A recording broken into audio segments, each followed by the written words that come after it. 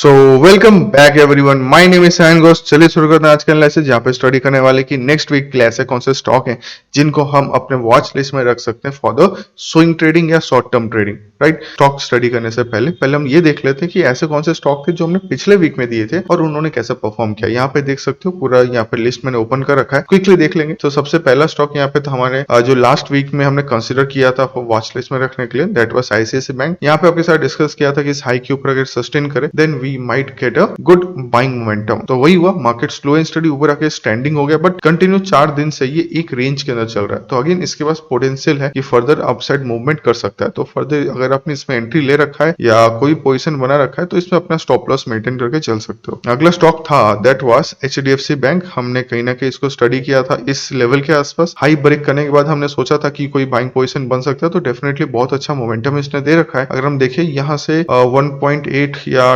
2% का मोमेंटम इसने already high तक दे दिया। राइट, अगला स्टॉक देखेंगे that was M N M. Mahindra Mahindra continue हम लास्ट 2 वीक से देख रहे हैं। हमने यहाँ भी एक बार देखा था, अगेन फेल कर गया, फिर यहाँ भी एक बार देखा, ये भी फेल कर गया, बट अगेन ये ऊपर की तरफ क्लोजिंग दे रहा है। तो अगेन इस वीक में भी इसको हम अपने वॉच लिस्ट में रख सकते हैं। ठीक है, तो इसने मेजर का मोमेंटम अभी तक दिया नहीं, बट अगेन देख सकते हैं कि नेक्स्ट वीक में कैसा परफॉर्म करेगा। टाटा मोटर्स अगला स्टॉक।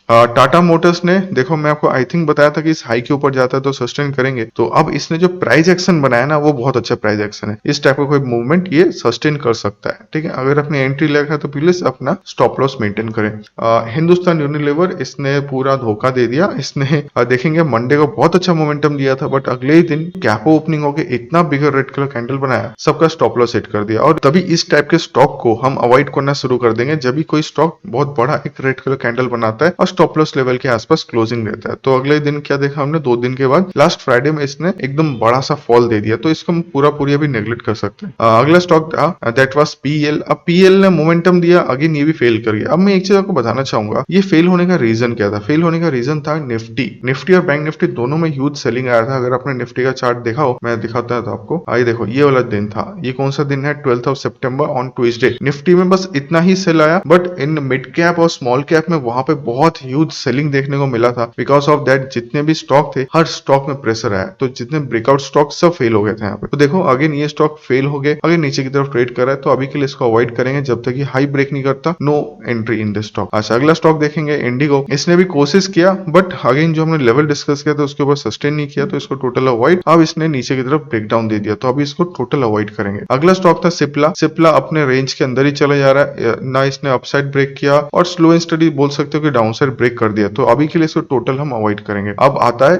टेकेम। अब टेकेम अगर आपको याद हो या आईटी कंपनीज याद हो, लास्ट टू लास्ट वीक इनके बारे में डिस्कस किया था। यहाँ से डिस्कशन चल रहा था, यहाँ तक मोमेंटम मिला, फिर लास्ट वीक में दोबारा हमने देखा कि अगर हाई ब्रेक करता है तो मोमेंटम मिल सकता है। तो ऑलरेडी ये मोमेंटम में आ चुका है। There is a higher possibility 1 या 2 कैंडल फर्दर ग्रीन कैंडल यहाँ पे बन सकता है। और इसने भी यहाँ पे एंट्री लिया हो अपने एनालिसिस के हिसाब से, आपको मोर देन 4%, मोर देन 5% कुछ यहाँ पे रिटर्न देखने को मिल सकता है with in upcoming 1 to 2 days, अगर कोई बियरिश सेंटीमेंट नहीं बना तो। अच्छा, लास्ट स्टॉक था यहाँ पे बर्जर पेंट। बर्जर पेंट हमने स्टडी किया था कि स्लो एंड स्टडी अगर ऊपर जाता है तो बाइंग मोमेंटम हमें देखने को मिल सकता है। कोशिश हुआ, अगला कैंडल यहाँ पे देखो क्या हो गया, टाइप ऑफ डोजी आ गया, तो इसने पूरा कंफ्यूजन क्रिएट किया। मतलब लास्ट 2-3 दिन देखेंगे तो मार्केट इसे रेंज के अंदर कंसोलिडेट करने की कोशिश भी कर रहा है। थर्सडे का कैंडल अपसाइड आया था, बट वो सस्टेन नहीं किया, एक शूटिंग स्टार बना के नीचे आ गया। तो फिलहाल इस स्टॉक को हम टोटली अवॉइड करेंगे। जब तक इस हाई के ऊपर नहीं जाता तब तक इसमें कोई ट्रेड नहीं होने वाला। तो ये कुछ स्टॉक थे जो हमने लास्ट वीक में रखे थे। अब इस वीक में कौन से स्टॉक है उनके बारे में डिस्कस करेंगे। उसमें जाने से पहले एक बार निफ्टी को देख लेते हैं, निफ्टी क्या कर रहा है। देखो निफ्टी का अगर आपको कल का एनालिसिस याद हो, मैंने आपको क्या बताया था कि कभी भी किसी भी स्टॉक किसी भी चार्ट में अगर आपको पता करना है कि डाउन ट्रेंड चालू हो रहा है कि नहीं हो रहा, कैसे पता करेंगे। एकदम सिंपल था, आपको देखना है कि मार्केट प्रीवियस लो या प्रीवियस हाई उसको डाउन साइड ले जा रहा है कि नहीं। मतलब एकदम सिंपल है, यहाँ पे एक हाई बना है, नेक्स्ट हाई यहाँ पे बन रहा है। जब तक मार्केट अपना लो ब्रेक नहीं करता और लोअर हाई नहीं बनाता, ये हाई एक था और एक और लोअर हाई बना के प्रीवियस कोई लो ब्रेक करता है, तभी को यहाँ पे सेलिंग एंट्री मिल सकता है, मतलब ये बेरिशनेस देखने को मिल सकता है। तो आप ये वॉच लिस्ट में रखना इन निफ्टी को।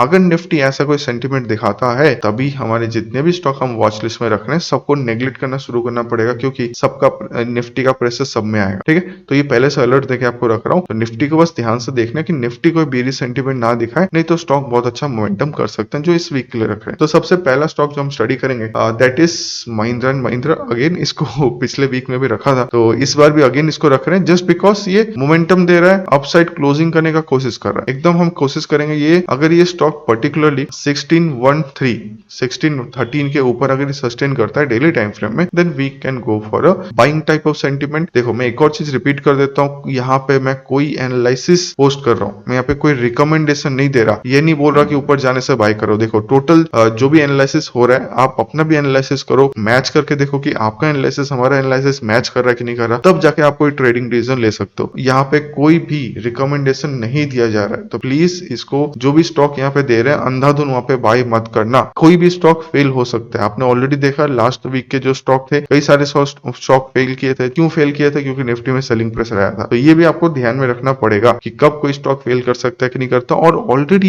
एक बैकअप प्लान बना के रखो कि अगर फेल करता है तो मैं क्या करूँ। तो ऑलवेज अपना रिस्क भी मैनेज करके रखो, ठीक है। तो मैं इसको दोबारा रिपीट नहीं कर रहा, बस स्टॉक को ध्यान से देखेंगे। तो इस पर्टिकुलर स्टॉक को हमने वॉच लिस्ट में रखना है। अगर ये प्रॉपर्ली 1613 के ऊपर सस्टेन करता है, 1613 1612 के ऊपर, तब यहाँ पे कोई बाइंग सेंटीमेंट देख सकते हैं। कोई भी एंट्री आपको लेना है तो मिनिमम जो रिस्क टू रिवॉर्ड मेंटेन करेंगे दैट विल बी 1:1। अगला stock again auto sector stock है, इसको भी थोड़ी देर पहले दोबारा रिपीट किया, बट यहाँ पे प्राइस एक्शन बहुत अच्छा बन रहा है, जिसकी वजह से मैंने इसको वापस अपने वॉच लिस्ट में रखा है। देखो प्राइस एक्शन एकदम ब्यूटीफुल है, इसने प्रीवियस रेजिस्टेंस ब्रेक किया, ब्रेक करने के बाद हाई बनाया, फिर नीचे आया और उसी रेजिस्टेंस में सपोर्ट ले लिया। अब सपोर्ट लेके स्लो एंड स्टडी ऊपर जा रहा है। तो ये जब प्राइस एक्शन बनता है, अगर आपको निफ्टी बैंक निफ्टी का एनालिसिस याद हो, मैंने आपको बैंक निफ्टी मूवमेंट आने से पहले कुछ बताया था, ठीक है। मुझे कमेंट बताना मैं कौन से एनालिसिस का बात कर रहा हूँ। एक बिगर मोमेंटम आने से पहले, मैं यहाँ पे चार्ट नहीं ओपन करूंगा नहीं तो समझ आ जाएगा बहुत लोगों को। मैंने पहले से बताया था कि एक अप मूव आएगा, एक बिगर कैंडल बनने का पॉसिबिलिटी है। मैंने ये भी नहीं बोलूंगा कि मैंने सीना ठोक के बोला कि 100% बनेगा, मैंने पॉसिबिलिटी बोला था और वही हो गया नेक्स्ट दिन, और मार्केट कंटिन्यू अपसाइड मूव किया। सिमिलर प्राइस एक्शन यहाँ पे बन रहा है। रेडी रहो कि अगर ये प्रॉपर्ली ब्रेकआउट देता है तो बहुत मैसिव मोमेंटम देखने को मिल सकता है। तो कौन सा लेवल यहाँ पे रखना है हमें? 638 या 640 लेवल आप मेंटेन कर सकते हो। अगर ये 640 के ऊपर सस्टेन करता है then we might go for अ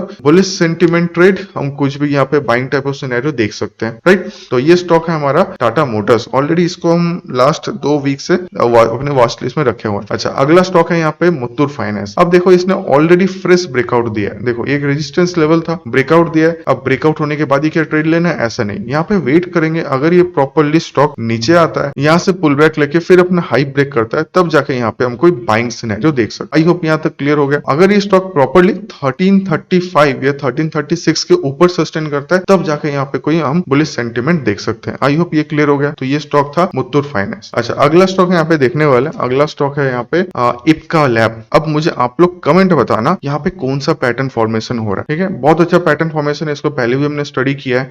यहाँ देख सकते हो बहुत अच्छा मोमेंटम हुआ है, slow and study down trend, अब वापस अपसाइड ब्रेक कर रहा है, राइट। तो यहाँ बता देता हूँ आप लोगों को कि ऑलरेडी 930 लेवल के आसपास क्लोजिंग है। इसने जो हाई बनाया दैट इज अराउंड 940। तो डेली टाइम फ्रेम में 940 के ऊपर अगर ये स्टॉक सस्टेन करता है, देखो सस्टेन करने का मतलब बहुत कुछ हो सकता है कि यहाँ पे नीचे मार्केट आए फिर अपसाइड ब्रेक करे, दिस इज ऑल्सो सस्टेन। और सस्टेन का मतलब क्या होता है कि अगर इस हाई के ऊपर प्रॉपर कोई ग्रीन कलर कैंडल क्लोजिंग देता है, this is also called sustain. तो प्रॉपर्ली 940 के ऊपर कोई कैंडल क्लोजिंग होना चाहिए। उसके बाद अगर आपको कोई बाइंग सेंटीमेंट मिलता है, बाइंग का कोई कंफर्मेशन मिलता है, तब जाके यहाँ पे कोई हम बाइंग का पोजीशन बना सकते हैं। तो प्लीज अगेन मैं छोटा सा रिपीटेशन कर दे रहा हूँ, किसी भी स्टॉक को रिकमेंडेशन के हिसाब से मत पकड़ो। यहाँ पे जस्ट एनालिसिस पोस्ट हो रहा है, अगर आपका एनालिसिस मैच कर रहा है इन स्टॉक के साथ, तभी जाके अपना पोजीशन बना सकते हो। और कीप इन माइंड किसी भी स्टॉक में लॉस हो सकता है, तो लॉस का एक प्लानिंग रेडी रखो कि अगर मेरा लॉस होता है तो कितना लॉस मैं लेने के लिए रेडी हूँ। फाइन, चलो अगला स्टॉक यहाँ पे देखेंगे दैट इज बायोकॉन। अब बायोकॉन यहाँ पे जो अपना हाई बना के बैठा है दैट इज 280 लेवल। यहाँ पे डेली टाइम फ्रेम ऑब्जर्व करो, स्लो एंड स्टडी ये कोशिश कर रहा है अपना हायर हाई बनाने का और अपसाइड जाने की कोशिश कर रहा है। तो रिसेंटली एकदम रेजिस्टेंस लेवल है। अगर लास्ट कैंडल देखे थोड़ा सा कंफ्यूजन क्रिएट हो रहा है क्योंकि दिस इज अ